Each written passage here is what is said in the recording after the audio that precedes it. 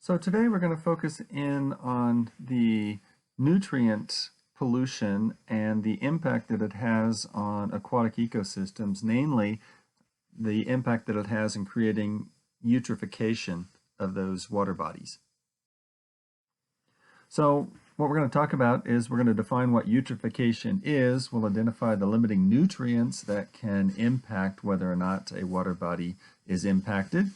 We'll look at the causes of cultural eutrophication, which is the process by which humans impact the aquatic ecosystems. And then we'll look at some of the problems associated with this, specifically harmful algal blooms, HABs, and dead zones. And we'll briefly discuss how oxygen depletion in lakes occurs and what impact it has on the species that are in the lakes themselves. So the first question that we have is, what is eutrophication? Well, it's really an increase in the productivity of a water body due to the increase in the amount of nutrients in that ecosystem. And we measure this with the net primary productivity, the NPP. Eutrophication is a gradual process typically in nature, and it's a natural process, and for a lake system, it generally increases over time. And I'll explain why here in a minute. And cultural eutrophication is the acceleration of this natural process through human-induced pollution into these ecosystems, which fertilizes the ecosystems and makes them artificially more productive. So here we have a typical life cycle of a water body. It starts off as oligotrophic, which is a deep, clear, cold, nutrient-poor water without much aquatic life. The water is clear, it's usually dark blue, and depending on its depth, and we often think of these as associated with like a lot of mountain lakes or start off this way. And then over time, sediment flows into the lake and it starts to build up on the bottom of the lake, making the lake shallower. And at the same time, those sediments are bringing in nutrients into the lake. And at this point, we refer to it as a mesotrophic lake. And these the productivity is starting to increase to a nice healthy level. However, over time, the lake will start to silt up and you'll get even more nutrients. And at some point, the productivity becomes very large compared to the water body that's actually there.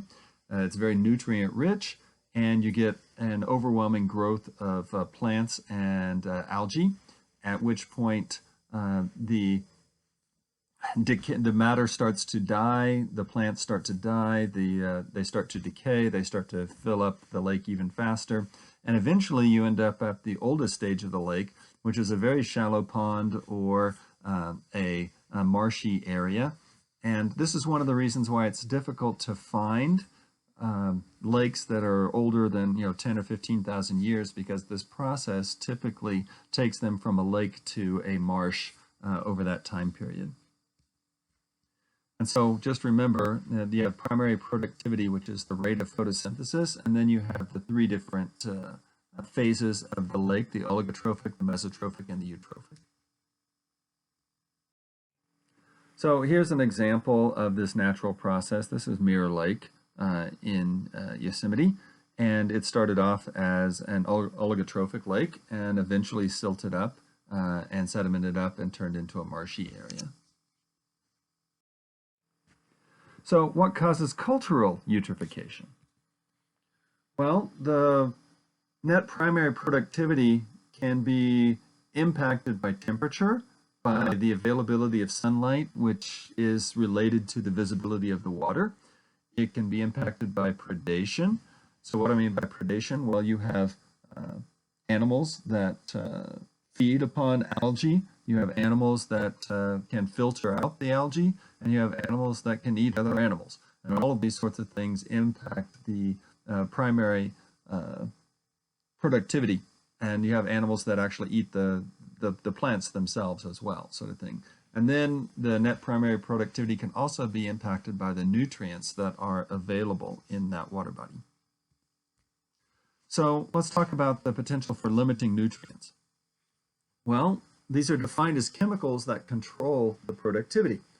And the possible limiting nutrients are typically nitrogen, phosphorus, and iron. You can have silicon for diatoms, and they need the silicon to make their shells, sort of thing. But we're going to focus in on nitrogen and phosphorus mainly, because iron is typically only a limiting nutrient in some parts of the ocean.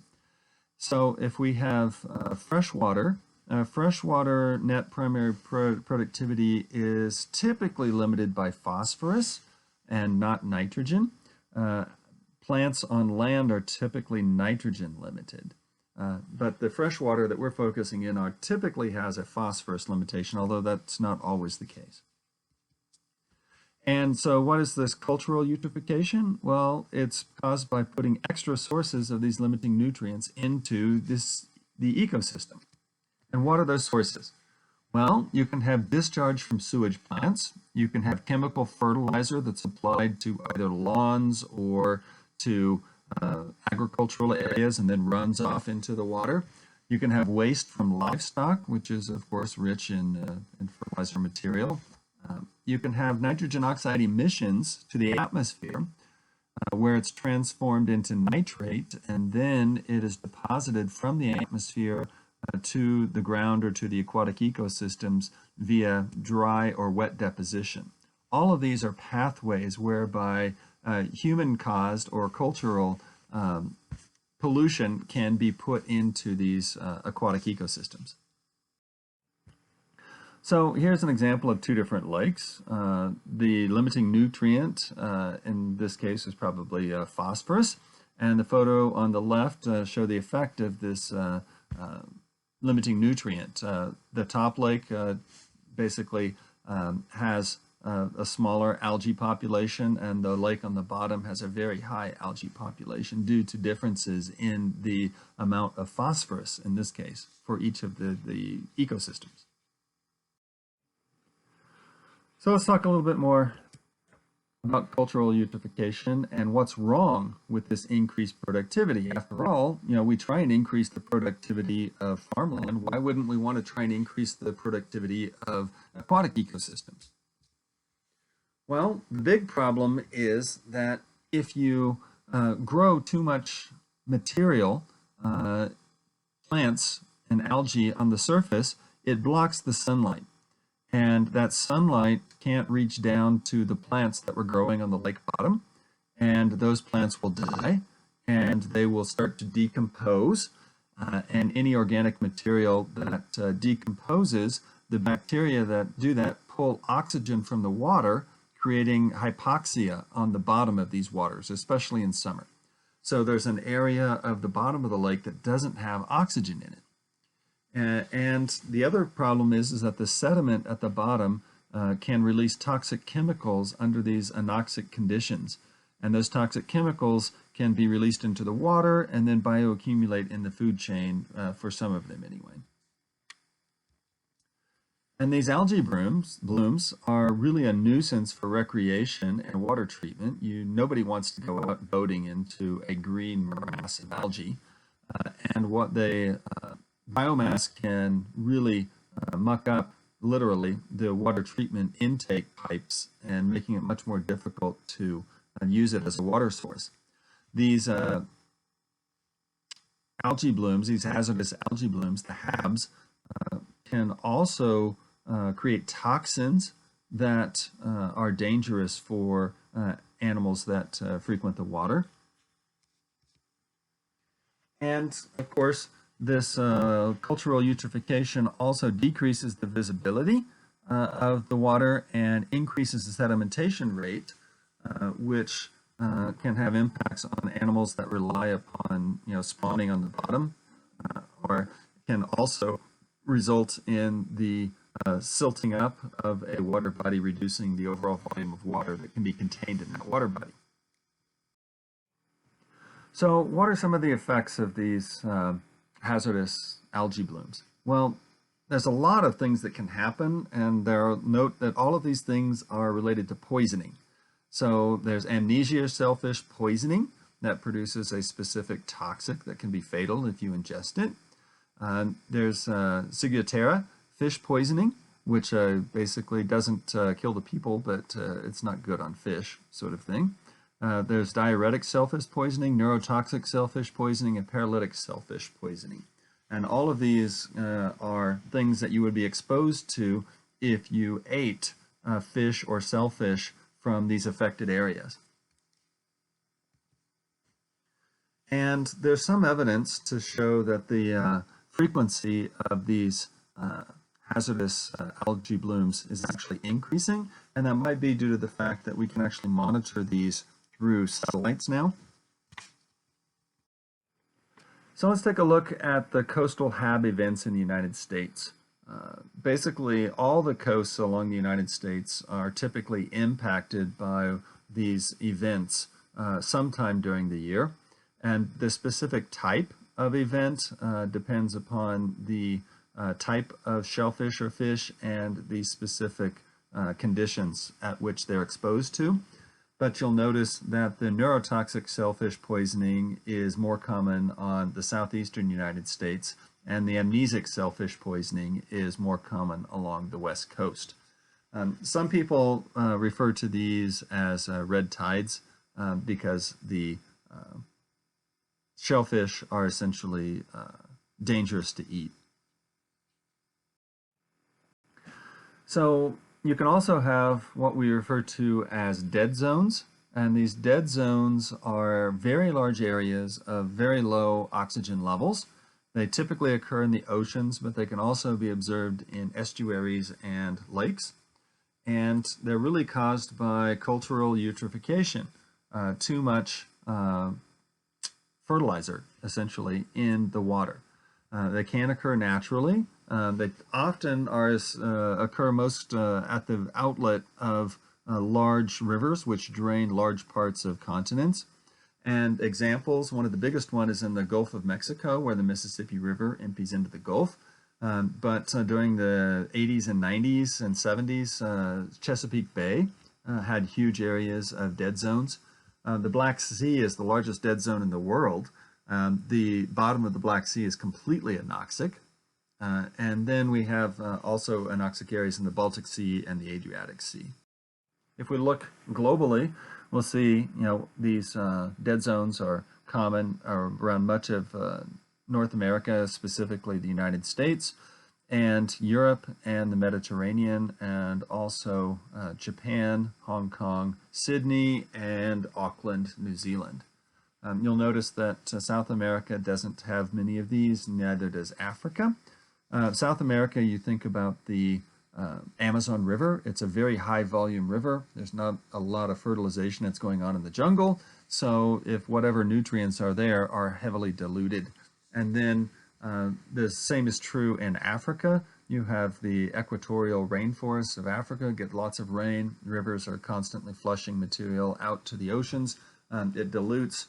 You don't have the same sort of issues, and they don't have the intensively fertilized agriculture in those regions either. So here's a satellite image showing the Mississippi River Delta, and you can see the sediment that's being transported out the mouth of the Mississippi River and into the Gulf of Mexico. And so here we have an example from 3 years back in the 1990s of the size of the Gulf Dead Zone. It typically occurs along the south shore of Louisiana, and it varies from year to year in size, but it tend to be growing. From 85 to 91, it was about 3,200 square miles. From 1993 to 2001, it was up to 6,200 square miles, and it's currently just about 8,000 square miles. It typically happens in the summer, and these areas are places where the animals that live in those and depend upon the oxygen have to flee or they'll die.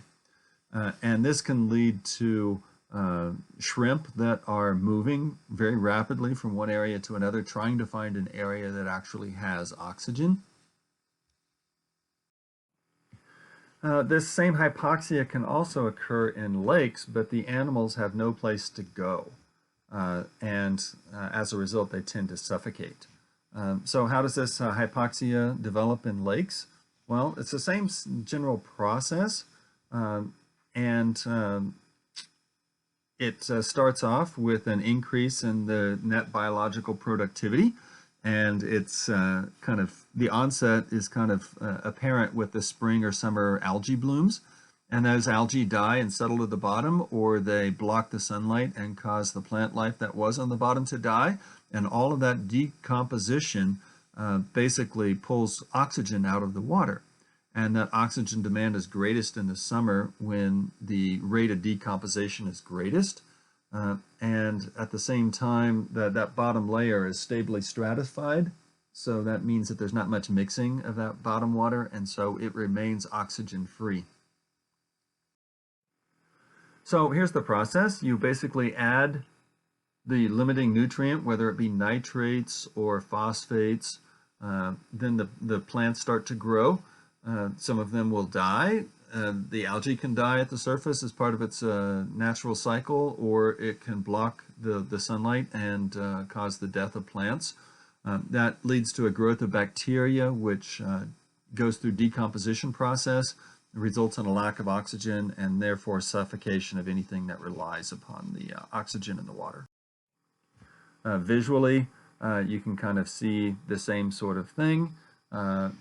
You have your fertilizer that runs off and gets into there, and the algae starts to grow, which blocks the sunlight.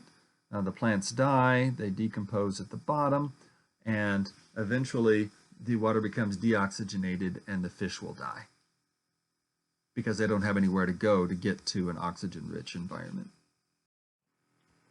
So here's a picture of an algae bloom in a lake. It's really kind of disgusting and gross. This is Lake Biwa, which is the largest lake in Japan, showing algae growth and plant life on the surface.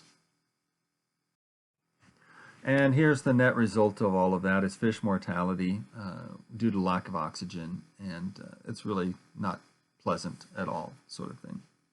So next time what we're going to do is we're going to look at the issues associated with Utah Lake, which undergoes periodic eutrophication, and try and understand what's causing that. And there are some theories that are out there, and we'll take a look at a study that was done by a professor at BYU who thinks that he has an explanation for why Utah Lake periodically becomes eutrophic.